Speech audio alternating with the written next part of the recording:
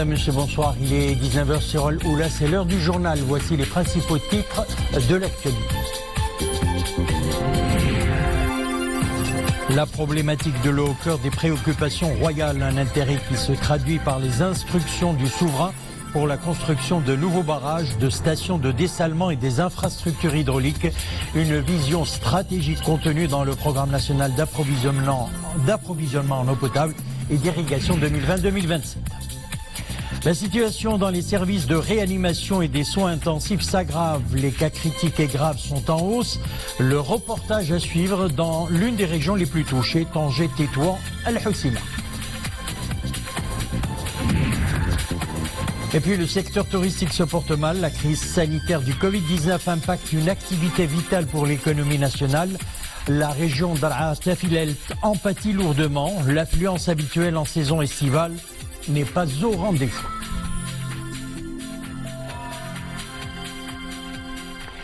Et sans plus tarder, et avant le développement de ces titres, le rappel des activités royales de la semaine qui s'achève, un rappel signé Iman Eblo.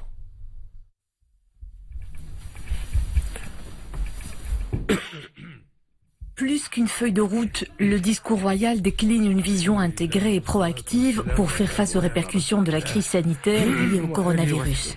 Et cette vision place dans son essence la santé et la sécurité des citoyens et la promotion de l'élément humain.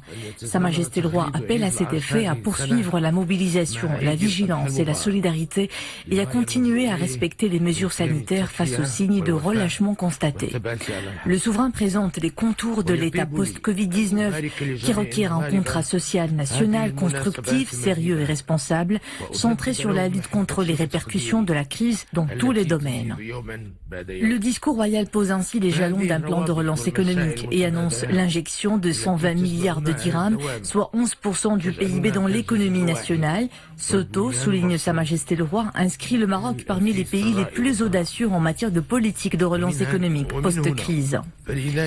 Le souverain considère qu'un fonds d'investissement stratégique devrait être créé pour remplir une mission d'appui aux activités de production, d'accompagnement et de financement des grands projets d'investissement public-privé. Sa Majesté le Roi estime que le moment était venu de lancer au cours des 5 prochaines années le processus de généralisation de la couverture sociale au profit de tous les Marocains. Ce programme devra porter en premier lieu sur la généralisation de l'assurance maladie obligatoire et des allocations familiales avant d'être ensuite étendu aux autres couvertures sociales que sont la retraite et l'indemnité pour perte d'emploi. يتشرف خادم الأعتاب الشريفة والي وكل المغرب. Mercredi, palais royal de Tétouan, Sa Majesté le Roi reçoit Wali Ben Kelmaghrib qui a présenté au souverain le rapport annuel de la Banque centrale sur la situation économique, monétaire et financière au titre de l'exercice 2019. Dans son allocution, Abdeltaf El-Jouahri a indiqué que la croissance de l'économie nationale a décéléré à 2,5%, pâtissant d'un environnement externe globalement défavorable et de mauvaises conditions climatiques. Toutefois, il note que le taux de chômage a reculé à 9,2% suite à la création d'un nombre important d'emplois dans le secteur des services.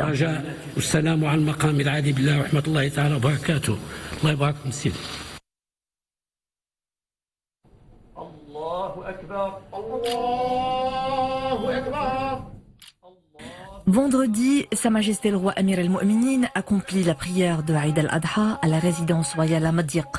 Dans le cadre du respect de Sa Majesté le Roi des mesures sanitaires préventives visant à lutter contre la propagation de la pandémie du coronavirus, le souverain a bien voulu accomplir la prière de l'Aïd sans prêche, à l'instar des membres de son peuple fidèle.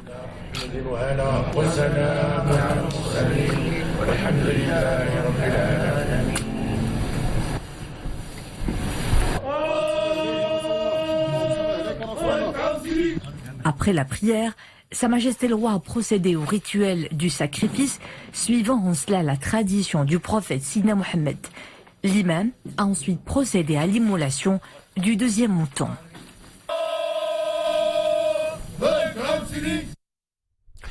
La problématique de l'eau jouit de la haute sollicitude royale, un intérêt particulier qui se traduit par les instructions du souverain en faveur de l'édification de nouveaux barrages, de stations de dessalement, des infrastructures hydrauliques capables de faire face à la hausse de la demande en eau, parallèlement au lancement du programme national d'approvisionnement en eau potable et d'irrigation 2020-2027. Abdelhamid Jebran, Hassan Silla, Ayoub Chebli et Mariam Elmissi. À partir de l'eau, nous avons constitué toute chose vivante. L'eau, cette précieuse denrée, essence de la vie. Mais y en a-t-il assez pour tout le monde ? Boom démographique, essor économique, changement climatique, des facteurs qui font que les besoins dépassent la ressource. Le Maroc n'est pas en reste. Pour sécuriser son approvisionnement en eau, notre pays l'a très tôt compris, optant pour une construction accélérée de barrages.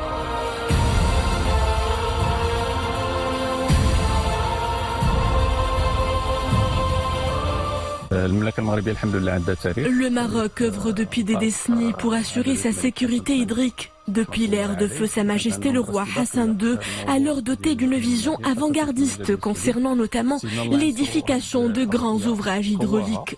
Cette politique est aujourd'hui consolidée par Sa Majesté le roi Mohamed VI. Pour pallier la menace qui le guette, le royaume mise sur les retenues d'eau avec 145 grands barrages et 130 petits barrages répartis à travers ces régions. Les réserves d'eau stockées sur le territoire national se sont nettement améliorées.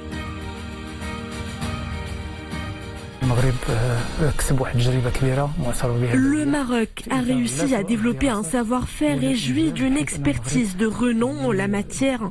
Par ses propres moyens, le royaume réalise des études complexes pour bâtir ses infrastructures hydriques.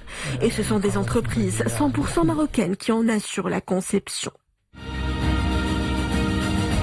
S'ajoute à cet important capital d'ouvrages hydrauliques une vision porteuse de fortes ambitions. Des ambitions que le programme national d'approvisionnement en eau potable et d'irrigation 2020-2027 relève d'un cran.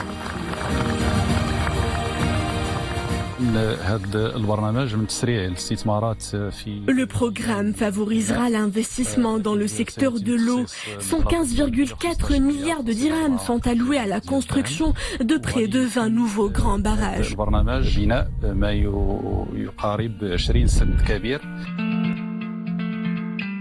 De vastes chantiers qui ont porté le volume de ressources renouvelables en eau au Maroc à 22 milliards de mètres cubes, dont 18 milliards de mètres cubes d'eau de surface et 4 milliards de mètres cubes d'eau souterraine.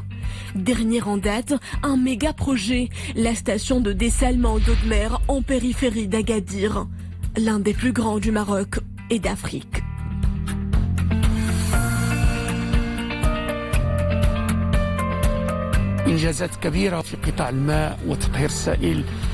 En application des hautes directives royales, de géants projets sont en cours de réalisation. Le Maroc a franchi de grands pas vers l'accès à l'eau potable. Il est à 100% en ville, tandis que le milieu rural est desservi à hauteur de 97%. De l'eau dans nos robinets, on y a tous droit. Préserver ces torts bleus est un défi de taille pour les pays au stress hydrique élevé. Gérer une demande qui dépasse la quantité disponible, un objectif ambitieux qui en appelle au civisme de chacun. Les nouveaux chiffres de la pandémie à présent, 522 nouveaux cas confirmés, enregistrés ces dernières 24 heures pour porter le bilan à 25 537, le nombre des contaminations dans le royaume depuis le premier cas signalé le 2 mars. Un triste record de victimes ce dimanche, 15 décès en une journée. On recense à ce jour un total de 382 morts. 475 nouvelles rémissions ont également été enregistrées ces dernières 24 heures. C'est un bilan de 18 435 guérisons. Les cas actifs se chiffrent à 6 720. 79 cas graves et critiques sont actuellement en réanimation, dont certains sous respirateur artificiel. Sachez aussi que 16 151 personnes contacts sont toujours sous surveillance Donc prudence et vigilance et continuons à adopter les gestes barrières et les recommandations des autorités sanitaires pour stopper la progression du virus. Et avec le nombre croissant de personnes admises en réanimation et en soins intensifs, la situation est passée de préoccupante à alarmante. Parmi les régions les plus touchées, la région Tanger, Tétouan, le Hossima, les services de réanimation et de soins intensifs accueillent de plus en plus de patients dans un état grave, voire critique, et le chemin de la guérison est long. Voyons ce reportage à la clinique de la sécurité sociale de Tanger, Oumaima Ramli et Saïd Najah. كي دوزتي هاد المحنه المرض ديالك شكون كان الاحساس ديالك؟ تعذبت بزاف يا اخي تعذبت بزاف. Des images et des témoignages qui en disent long sur les effets ravageurs de ce virus sur l'organisme. C'est le cas de cette dame, la soixantaine. Elle s'accroche et se bat pour la vie. Admise dans un état gravissime, son état s'est sensiblement amélioré. Pour autant, elle souffre des séquelles de la maladie. Au début, j'étais dévastée. J'avais l'impression d'être en morceaux. Faites attention à vous, que Dieu nous préserve tous. Sur le lit avoisinant, son mari. Contrairement à sa femme, les premiers symptômes n'étaient pas graves, mais son état a vite basculé. الأول كانت الحالة ماشي خايبة، كان واحد الحالة مزيان ولكن تدهورات تدريجيا. Au début, son cas était stable, mais cela n'a pas duré. Les symptômes s'aggravaient de jour en jour. Pour le soulager, nous l'avons mis sous oxygène. Il se rétablit petit à petit, mais nous gardons toujours un œil sur lui.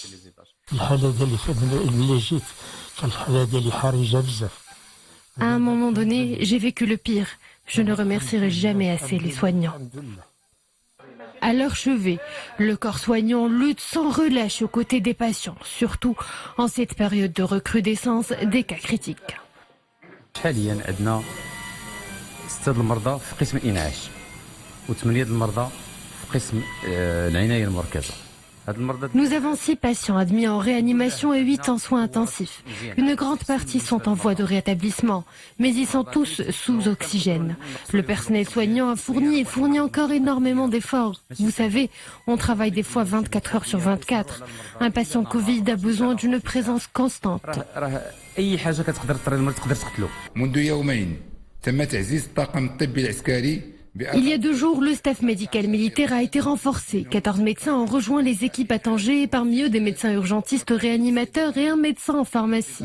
2 médecins spécialistes en analyse rejoindront également les équipes. لمساعدة الأطر الحالية لرفع عدد الفحوصات كوفيد PCR كوفيد 19 وتقليص مدة الحصول على النتائج. Depuis le premier jour de sa mobilisation, la clinique de la sécurité sociale a admis 30 patients dans ses services de réanimation. Fort heureusement, jusqu'aujourd'hui, aucun décès n'y a été à déplorer. Un petit mot de météo à présent. Il fera encore très chaud demain sur la majeure partie du royaume. Un temps chaud sur l'intérieur des provinces du sud et du Souss, les plaines intérieures avec des températures comprises entre 42 et 46 degrés. 38 à 43 degrés sur l'oriental, Chiadma, les plaines de Tadla, de Tensift et de Rhamna, les plateaux de Phosphate et d'Oulmes et également le Séis. 32 à 38 degrés sur les versants sud-est, les plaines atlantiques, la Méditerranée et le Rif, et de 25 à 33 degrés sur les côtes et les reliefs de l'Atlas. Des averses orageuses accompagnées par des rafales sous orage et de la grêle intéressent d'ailleurs jusqu'à 22h ce soir les provinces de l'Haouz, Azilal, Bni Mellel, Ibn Salah, Khnefra, Midelt, Ifren, Boulmen. Elles intéressent également Marrakech, c'est ce que précise la Direction générale de la météorologie. Cap sur Agadir à présent pour parler des risques d'incendie qui pèsent sur les forêts de la région en cette période de canicule. Les agents du Haut-Commissariat aux eaux et forêts à la lutte contre la désertification misent sur la prévention. Ils se livrent à un véritable travail de terrain pour une meilleure sensibilisation. Reportage Hijb Tamek, Zakaria Mourin Billah. À 20 km d'Agadir, la forêt d'Amskrout, une localité des contreforts de l'anti-Atlas. Il y a peu de temps, 15 hectares d'arganiers et de genévriers sont partis en fumée suite à un incendie. Des agents de la Direction régionale des eaux et forêts et de la lutte contre la désertification sont en inspection. Et les actions qu'il faut donc réaliser donc avant la saison estivale et qui consistent à l'entretien et l'ouverture des pistes forestières de la région. On compte actuellement donc plus de 1600 km au niveau de la région. Également donc l'entretien des tranchées par feu. Donc on compte actuellement 25 km de tranchées par feu et l'entretien des postes vigiles, l'entretien des véhicules de première intervention et l'achat donc de petits outillages nécessaires pour la prévention et la lutte contre les incendies de forêt. Avant chaque saison estivale, un plan d'action est élaboré par la Direction régionale des eaux et forêts.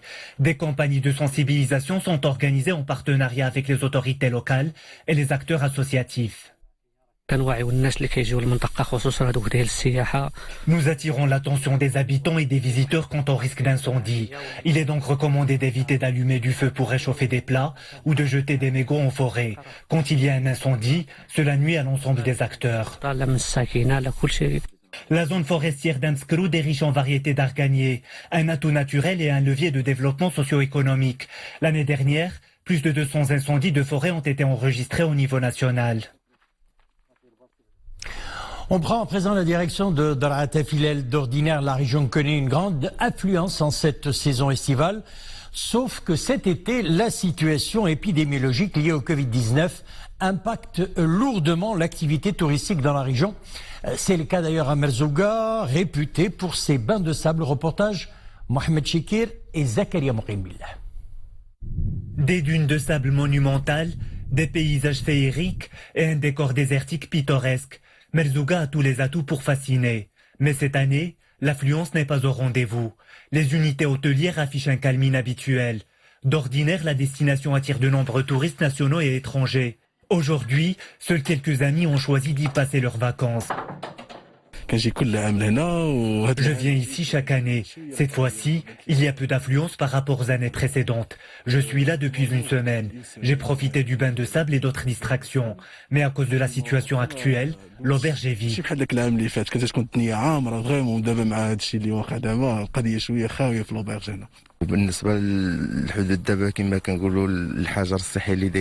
En temps normal, nous accueillons beaucoup de visiteurs en provenance de Tanger. Vu la situation épidémiologique, les gens du Nord ne sont pas là. Nous espérons l'évolution de la situation pour promouvoir le tourisme. Un ensemble de mesures sont adoptées pour accompagner les professionnels. Après avoir ouvert leurs portes aux touristes marocains, les responsables d'unités hôtelières appliquent un nouveau protocole de travail.